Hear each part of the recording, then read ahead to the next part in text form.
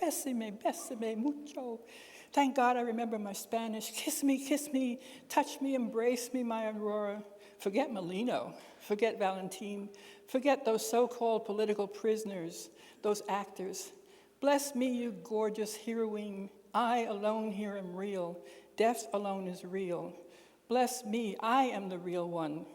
Bestow on me your Spider-Woman songs, your montages of hopes, of dreams, of life without shadows and pain. The house lights go up, the house lights go down. Aurora, my angel of death, do you see that it snows? Yes, it snows, and the theater is filling with ice.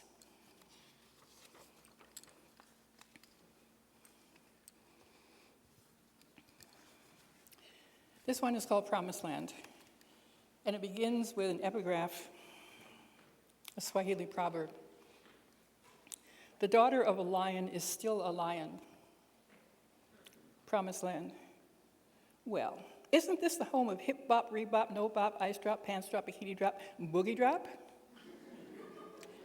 And those past tense TV stars, we mean Ricardo Tubbs and the slick white dude, his sidekick, Sonny, my main man, Crockett.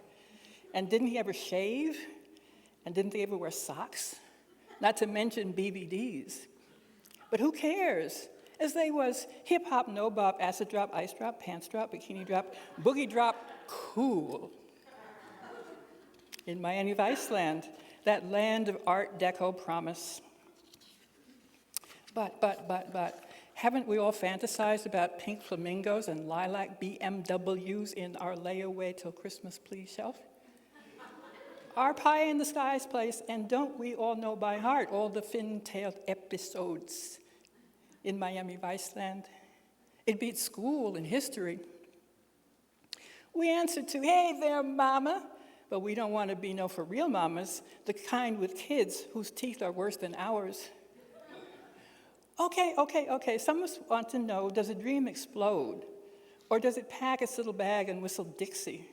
Or does it put burnt cork on its little face? Do a little breakdown, scratch its little woolly head, peel a yam or two as it heads for the integrated intersection of life's information highway. And while we're at it, some of us need a new perm, a new Botox here and there, etc. And yes, some of us forgot to ask about how to spell diaspora. What? Forgot to ask about those railroads from the motherland that 300 years later turned into those roads that led underground too. Subway platforms on the Canarsie line, the Brighton Beach line, the Midtown Manhattan IRT lines, where early in the mornings our mothers waited to be hired as maids, as scrub ladies, as servants, as baby watchers. They waited on the slatted green benches, handbags, paper bags, shopping bags, cotton bags overflowing, with sponges, washcloths, mop, cleaning rags, flat irons, stocking caps, pressed head rags, gray uniforms, bottles of lye, ammonia, octagon soap, furniture, polished carpets, slippers, fixed. He doesn't have anybody to blame. It's them to blame and nobody else. Yeah, nobody else to blame. Go ahead. A couple things. In the north area, there's doing the same type of thing. North area has a self-directed work team. I cannot tell you their success. Okay. I've heard stories of the condition of plants in the north area. So with what you saw, like what kind of shape is that plant in? I didn't go in the plant. The plant was plain, it's very small. There are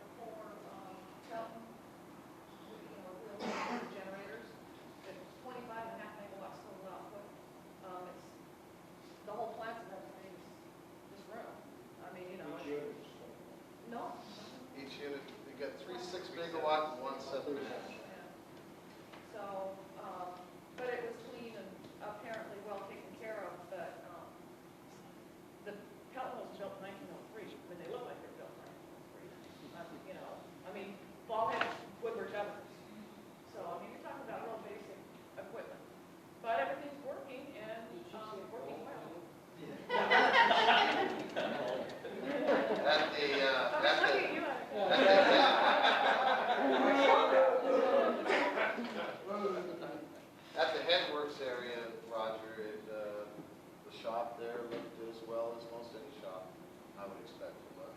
I didn't see, degradation, that's a question. No, the machine Looks shop pretty is good. tidy and well run. But But nothing's new I'm or just wondering, fancy. because I've heard a and lot of shiny. descriptions about the bigger plants. Yeah, we didn't visit the big one. We went to the electron plant for the purpose of finding where it does, supposedly it works, it's held up as a success. To find out from the employees, the representative employees, okay, what's your view of it? We've heard the warm, glow, grab the self-directed, hold on and squeeze it. We want to hear from your end.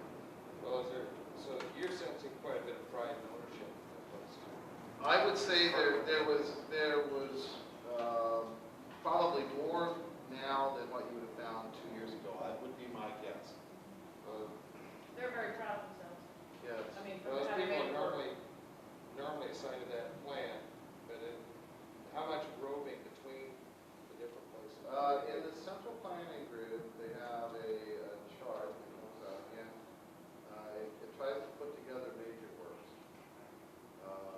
CIP works, major maintenance works.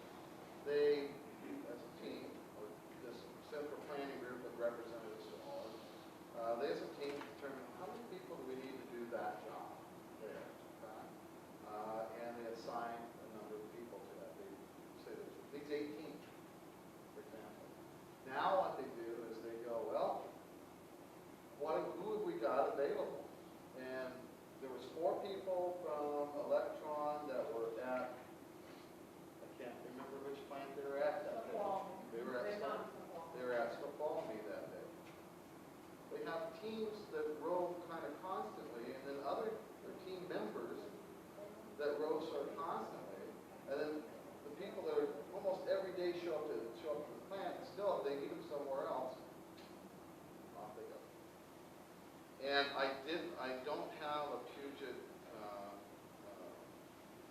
contract, so I can't tell you about any travel pays or any of that. I didn't hear them say anything about it. They don't have a lot of things in that area, but they even decided they were overtime on call. Pardon me? They even decide themselves whether they will work overtime on some sort of a call out. They kept calling them call outs, but they said, we decided there's a call out. So, I mean, they're informed of what the situation is because, I mean, they're there and everything. They decide whether they stay there and work on it overtime, or if they come the next day. And it's always driven, I think, by their knowledge that if it's not producing money, if the overtime costs more than what you're getting out of it, the plant, that they're risking their job. I think it's probably when you come right down to the bottom line. This is our job, and if we screw it up, it's us that did it. Part of what you're driving at, perhaps, Roger, that if these people roll, they lose some of that pride of ownership, or Well, I know that's an issue that people talk about, so I'm just trying to that's get something as to think much about. out for discussion as They possible. don't seem to have a problem with it. In fact, actually, the labor-intensive jobs that they had cited on this chart that they let us look at, they were using that to actually, they were going after, I think, 6 new employees, permanent employees, not just temporaries. And the way that Janet was speaking to them, that she was going to facilitate for them to get them. They were trying to get new employees, permanent employees.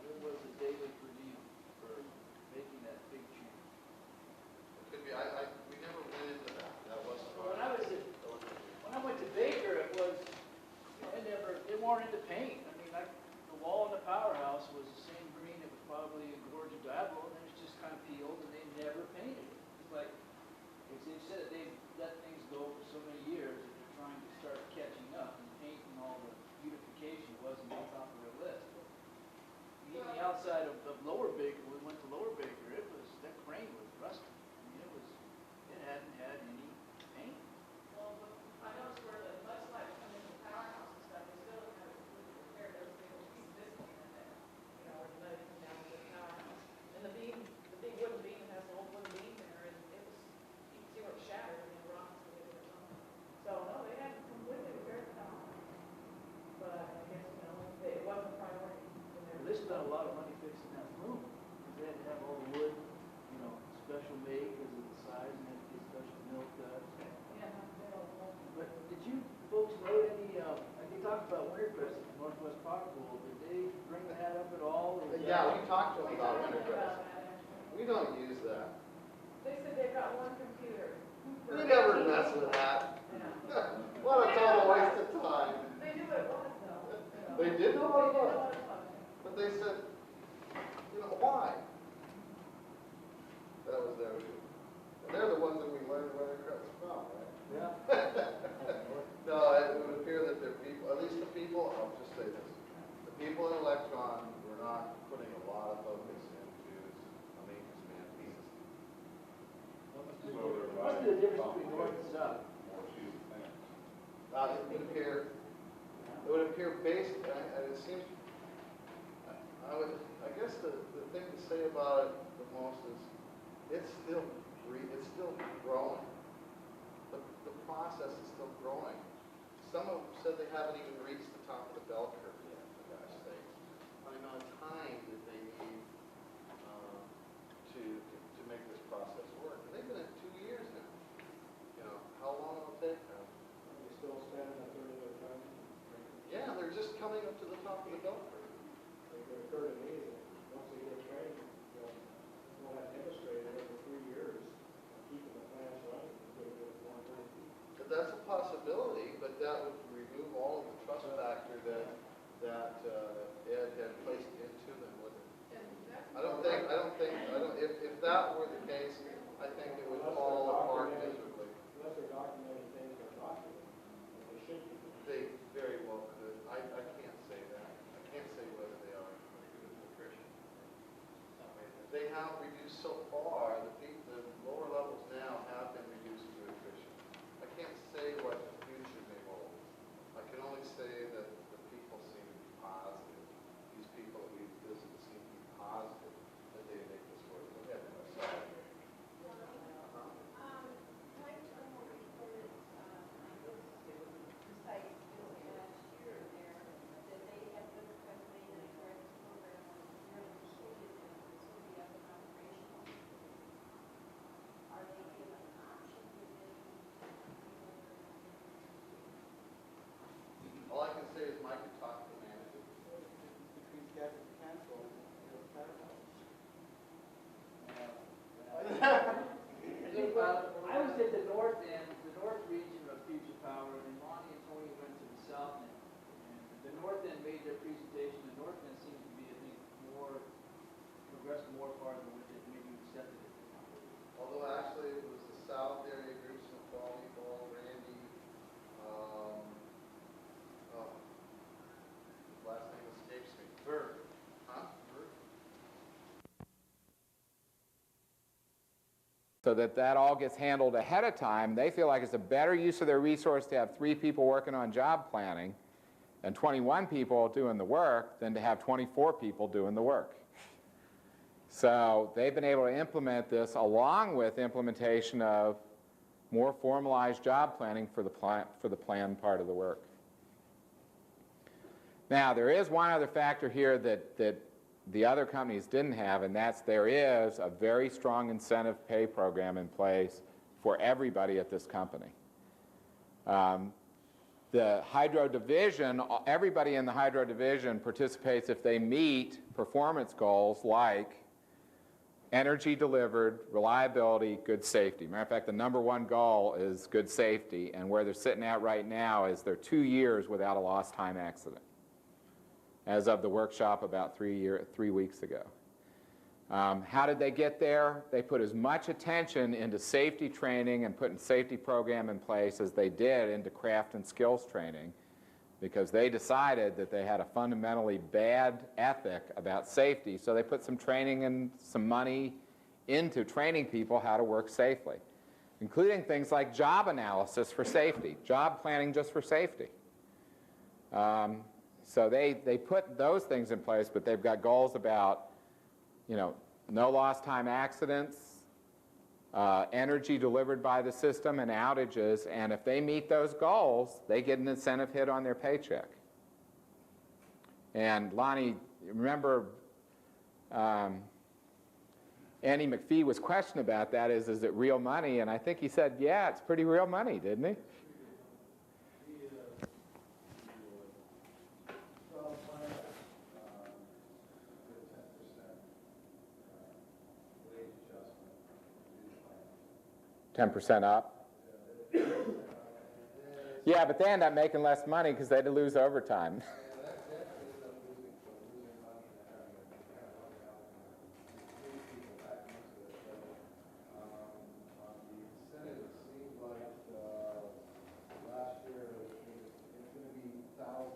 Yeah, thousands of dollars. We never pinned them down to a percentage, but he said literally thousands of dollars because they met all their goals and they actually had a wonderful energy year. So, yeah. One thing that I think probably was important that they kept pointing out was that we talked about it for Ontario Power, they were generally afraid of being swallowed. Half of the city is Ontario, Right. and the other half of the plant is Great Lakes. And Ontario showed them very clearly that they could run the suit totally cheaper. Your hours. Yeah.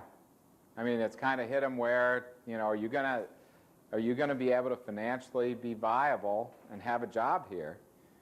So, yeah, I mean, it was a bit of the wolf at the door because in the late 80s, they were in horrible financial shape. And the stockholders were saying, if you can't earn us money, we're going to sell you. That's basically the story they were told. It's funny, though, one last thing is following the first 2 years of benchmarking, Ontario was over at Great Lakes on site visits to try to learn how to do some of the things they'd put in place. But they actually visited Great Lakes Power after the first year of benchmarking just to get some lessons learned about what they'd done with these work groups. Did you say they Pardon? Right.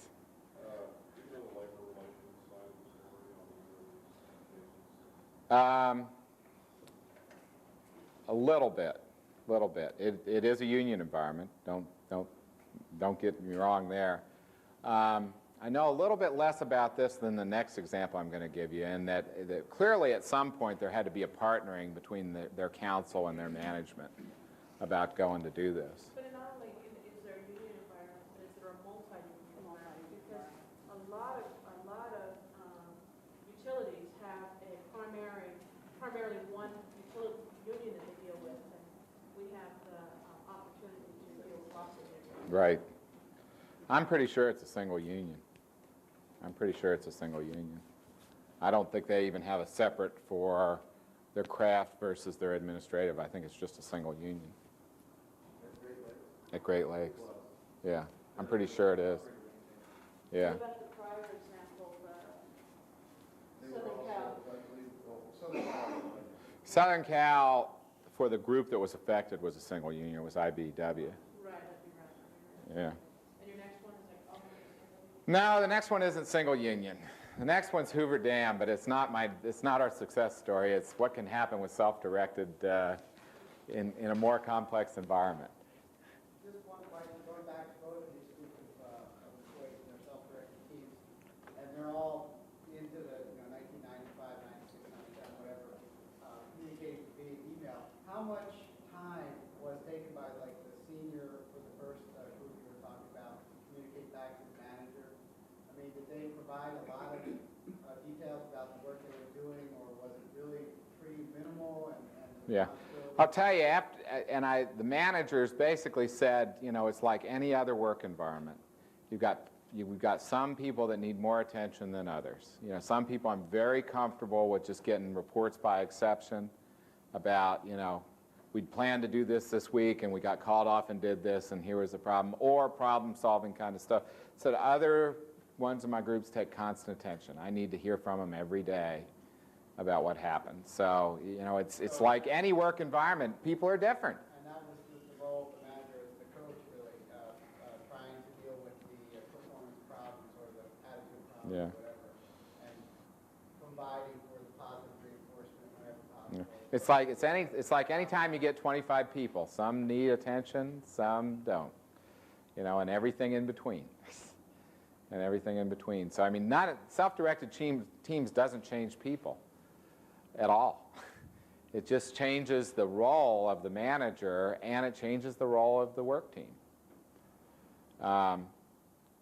In both of these examples, I can't emphasize it enough, at some point, the team either decides to own the stuff or they don't. And once they decide to own it, all the other stuff somehow seems to be able to get worked out. Now I'm going to give the example of self-directed teams that failed. And they're a benchmark company this year. As a matter of fact, it's what started our conversation when Rod talked to me. Before you leave Great Lakes, when they established their goals for safety, reliability, maintenance, and stuff, that was a collaborative effort? That's a negotiated effort. It's negotiated between hydro management and corporate. In other words, those goals are those goals are based on performing very well because they're incentive pay goals. In other words, if you just come in and do business as usual, your incentive's going to be, their incentive is truly incentive. It's considered to be a bonus for, better than expected performance. It's not part of their base pay that they're getting doled out as an incentive. And there's a big difference there. Okay. When the work teams are, after they've concluded their maintenance and preparing some type of communications back into the work planners. Mm-hmm. Well, in this case, they're coming back into those two central barns every day. In other words, unless they're out for a week assignment and an outage or whatever.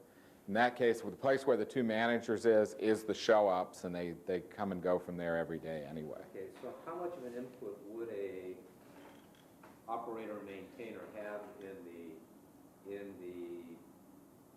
schedule, the work schedule for the coming years?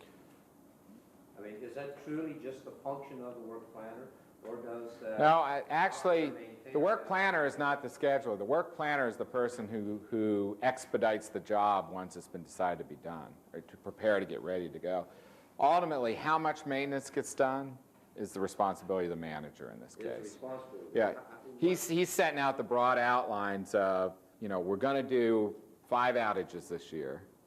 We're going to do them in these periods. In the meantime, we're going to do so many PMs on these many systems and stuff. Now, in terms of when they get scheduled in, that happens with the input of the manager, the planner, because he's trying to get all the stuff there, and the crew itself. Yeah, I mean, I think that's